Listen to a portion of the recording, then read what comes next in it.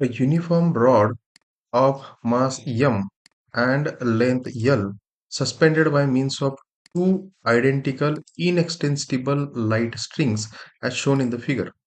The tension T in one of the string immediately after the other string is cut is G acceleration due to the gravity. So problem statement काय आहे? जसं फिगरमध्ये दाखवलेलं तसं इथं एक अशी इनएक्सटेन्सिबल string आहे आणि इथं एक अशी इनएक्सटेन्सिबल स्ट्रिंग आहे. इनएक्सटेन्सिबल लाईट स्ट्रिंग. इनएक्सटेन्सिबल शब्दाचा अर्थ काय? जी स्ट्रिंग, जी तार, जी वायर काय होत नाही, स्ट्रेच होत नाही किंवा एक्सटेंड होऊ शकत नाही अशी अशी स्ट्रिंग. अशा ह्या इथं इथं एक स्ट्रिंग आहे आणि इथं एक स्ट्रिंग आहे. आणि इथं खाली एक युनिफॉर्म रॉड ज्याचं हे एंड ए आहे आणि हे एंड बी आहे असा तो रॉड ह्या स्ट्रिंगला अटॅच केलेला आहे. आणि आता काय केलं मी अटॅच केल्यानंतर बी एंड जे आहे बी एंडला असणारी इथं असणारी वायर मी सडन काय केली कट केली.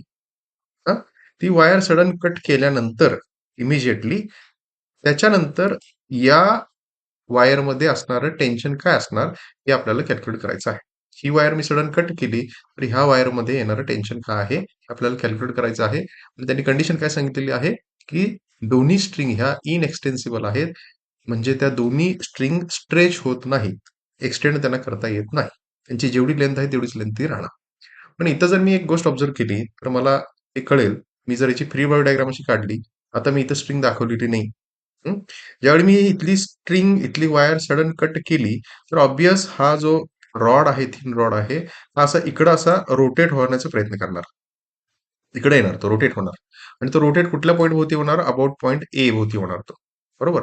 सो अबाउट ए किंवा पिव्होट पॉईंट ए म्हणतो, ह्या पिव्होट पॉईंट ए भोवती बी एंड हे असं काय होणार? रोटेट होणार किंवा हा टोटल रॉड जो आहे तो असा रोटेट होणार. बरोबर. तर ही फ्री बॉडी डायग्राम आपल्याला समजून घ्यावं लागेल. इथं एम जी हे डाऊनवर्ड ऍक्टिंग वेट आहे रॉडचं आणि हे इथं जे टी हे टेन्शन आहे ते टी टेन्शन म्हणजे ए एंडला असणारी जी स्ट्रिंग आहे त्या स्ट्रिंगमध्ये इकडची वायर कट केल्यानंतरचं आलेलं टेन्शन आहे. आणि इथं जर दोघांची मी डिरेक्शन बघितली सो टीच डिरेक्शन अपवर्ड आहे आणि ऍक्टिंग मास जे आहे अबाउट सेंटर हे ऍक्टिंग डाऊनवर्ड आहे. बरोबर. इथं and A has a zero vertical acceleration. And A चं व्हर्टिकल ऍक्सिलरेशन मी म्हटलं तर ते झिरो आहे. कारण आपण काय म्हटलं की इथली जी स्ट्रिंग आहे ही स्ट्रिंग इनएक्सटेन्सिबल आहे आणि ती स्ट्रिंग रिमेन्स व्हर्टिकल, ती व्हर्टिकलच राहते. त्यामुळं आपण काय म्हणतो की एंड ए ला जी स्ट्रिंग आहे त्या स्ट्रिंगचं व्हर्टिकल ऍक्सिलरेशन किती आहे? झिरो आहे. So since point A has zero acceleration at that instant. At that instant म्हणजे काय? ज्या क्षणी मी बी एंडला असणारी इथली वायर काय करतोय? कट करतोय. त्या क्षणी असणार instant. So we can treat A as a instantaneous pivot. त्यामुळं एंड ए ला हा असणारा एंड ए जो आहे त्या इन्स्टंट ए ला मी इन्स्टंटेनियस पिव्होट आहे असं म्हणतो. About that pivot B end काय होईल असं हे इकडं असं रोटेट होईल. बरोबर. प्रॉब्लेम नेमका काय आहे आपल्याला समजून घ्यायला लागेल. आता now we can calculate torque about point A. About point A मी डायरेक्टली काय करू शकतो? आता टॉर्क कॅल्क्युलेट करू शकतो. आणि टॉर्क आपण कसं कॅल्क्युलेट करतो? Torque is equal to force into perpendicular distance. म्हणजे अबाउट पॉइंट ए चा जर मी विचार केला, टॉर्कचा जर विचार केला, हा तर टॉर्क काय असेल? फोर्स. फोर्स काय येतात? एम जी हा फोर्स आहे. Force into distance. So distance किती आहे? L/2 एवढं डिस्टन्स आहे. म्हणजे मी अबाउट पॉइंट ए जर टॉर्क कॅल्क्युलेट केला तर तो किती असेल? mg इंटू L/2 इतका असेल. आता जर मी moment of inertia about point A ह्या थिन रॉडचा कॅल्क्युलेट केला, moment of inertia of this thin rod about point A calculate केला, तर तो कॅल्क्युलेट करण्यासाठी मला पॅरलल ऍक्सिस थेरमचा यूज करायला लागणार. हा पॅरलल ऍक्सिस थेरम म्हणजे मला ह्या थिन रॉडचा about centre of mass moment of inertia consider करावा लागणार आणि अबाउट पॉइंट ए मला कॅल्क्युलेट करावं लागणार. तर मग मला काय होईल? About moment of inertia about point ए मला भेटेल. म्हणजे इथं जो मी लिहिलेला आहे हा अबाउट सेंटर ऑफ मास आहे थिन रॉडचा आणि अबाउट पॉइंट ए कॅल्क्युलेट करत असताना पॉइंट ए इथं आहे आणि सेंटर ऑफ मास इथं आहे. तर सेंटर ऑफ मास पासूनचं हे जे असणारं डिस्टन्स आहे, हे डिस्टन्स किती आहे? L/2 आहे. सो ते डिस्टन्स मी इथे कन्सिडर केलेलं आहे. दोन्ही ही पहिली term about centre of mass आणि हे पॉइंट ए हा सेंटर ऑफ मास पासून किती डिस्टन्स वरती आहे, तो मी इनर्शिया कन्सिडर केला आणि दोघांचं जर मी ॲडिशन केली. आपल्याला माहिती आहे सेंटर ऑफ मास किती असतो? हॉरिझॉन्टल रॉडसाठी ml² डिव्हायडेड बाय 12 असतो आणि इथं ml/2 होल ब्रॅकेट स्क्वेअर हे मी कॅल्क्युलेट केलं तर ते मला किती भेटेल? ml² डिव्हायडेड बाय 4 भेटेल. दोघांची जर ॲडिशन केली तर अबाउट पॉइंट ए जो मला मोमेंट ऑफ इनर्शिया भेटेल तो किती असेल? ml² डिव्हायडेड बाय 3 एवढा असेल. इथं आपण कॅल्क्युलेट केला moment of inertia about point A parallel axis theorems आपण इथं यूज केला. आता बघा, इथं जो टॉर्कचा मी फॉर्म्युला लिहिला आहे, तो टॉर्कचा फॉर्म्युला काय लिहिला आहे? Force into perpendicular distance. पण आपण टॉर्क ह्या फॉर्म्युला सुद्धा कॅल्क्युलेट करतो. Torque is equal to I into alpha किंवा torque is equal to I moment of inertia about point A into alpha मी असा लिहू शकतो. बरोबर. इथं आता बघा लेफ्ट हँड साइड जी आहे ती इथं जी मी कॅल्क्युलेट केली ती लिहून घेतली. Torque is equal to force into distance. So mg into L/2 ही लेफ्ट हँड साइड झाली.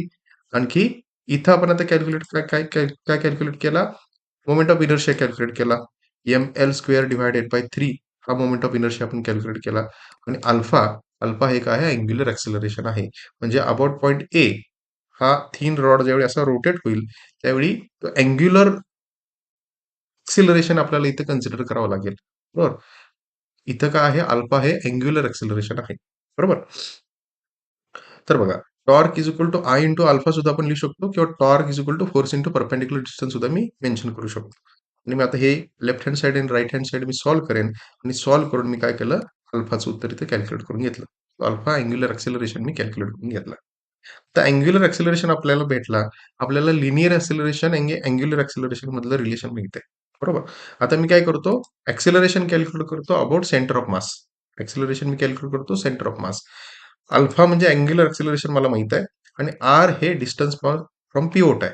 म्हणजे इथं जर मी म्हटलं हे जे डिस्टन्स आहे, हे डिस्टन्स किती आहे बघा? आर हे डिस्टन्स आहे. R distance is nothing but L/2. L/2 हे आपलं डिस्टन्स आहे. आणि लिनियर ॲक्सिलरेशन आणि अँग्युलर ॲक्सिलरेशन यातलं रिलेशन काय असतं? A is equal to r into alpha. बरोबर.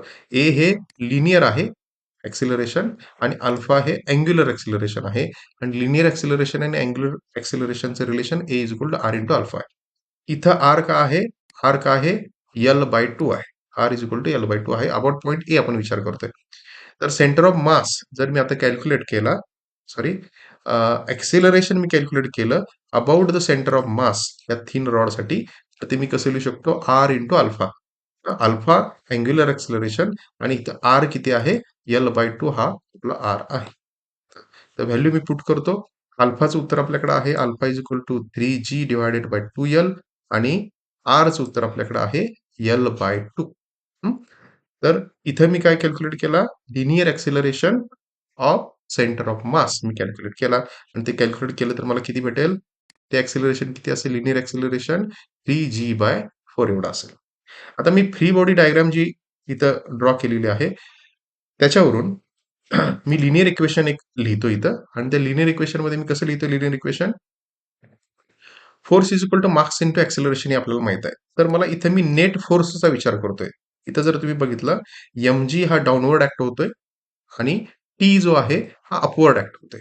mg ॲक्ट होतोय डाउनवर्ड, हां, असा डाउनवर्ड ॲक्ट होतो आणि टी अपवर्ड ॲक्ट होतो. दोघांची डिरेक्शन अपोझिट आहे. त्यामुळे मी इथं लिहिताना काय लिहिलेलं आहे? mg मायनस स्ट्रिंगमध्ये असणारं tension T is equal to या m इंटू ॲक्सिलरेशन किंवा फोर्स हा इनडायरेक्टली काय आहे? नेट फोर्स आहे. नेट फोर्स म्हणजे कसं लिहितो मी? Force is equal to mass into acceleration. So mass into acceleration. इथं हे acceleration is nothing but acceleration about the centre of mass. आणि mg minus T is nothing but इथं असणारा net force. So mg minus T is nothing but mass into acceleration about centre of mass. So mg minus T is equal to m into हा acceleration about centre of mass आपण calculate केलेला आहे. तो किती आहे? 3g/4 आहे. आणि मी आता हे कॅल्क्युलेट केलं, तर मला टीचं उत्तर किती भेटेल?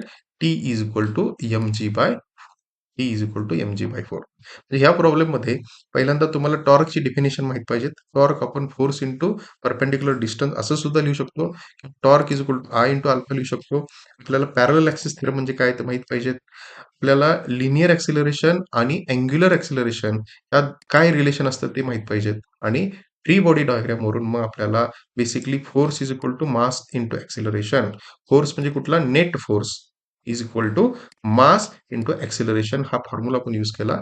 आणि फायनली बी एंडची असणारी स्ट्रिंग जर मी कट केली तर ए एंडला इथं येणारं टेन्शन टी काय आहे ते आपण कॅल्क्युलेट केलं आणि ते किती आलं T is equal to M G by 4 इतकं आलं.